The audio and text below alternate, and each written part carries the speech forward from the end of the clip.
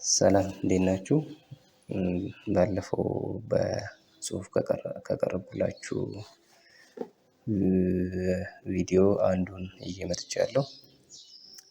በከቡኤ መቃ ወይም የስም ምትኮችን አይተን ነበረ ባለፈው።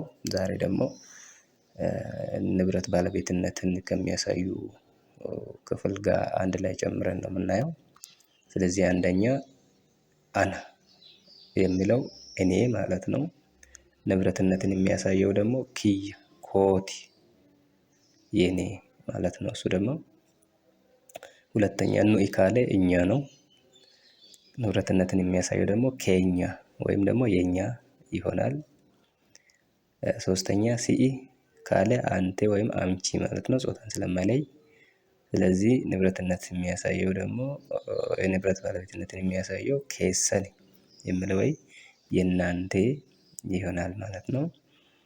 አራተኛ ኢሳን ካለ እነሱ ወይም እርሳቸው ማለት ነው። ያው እርሳቸው ክብር ለማሳየት ነው።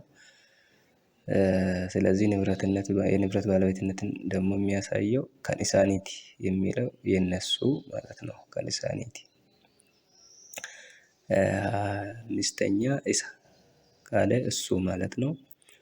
የንብረት ባለቤትነትን ከሚያሳይ ደግሞ ከኒሳቲ ማለት የሱ ማለት ነው። የመጨረሻው ስድስተኛ እሺ ማለት እሷ፣ እሺ ወይም እሲም ሊሆን ይችላል። ግን እሺ ካለ እሷ ነው።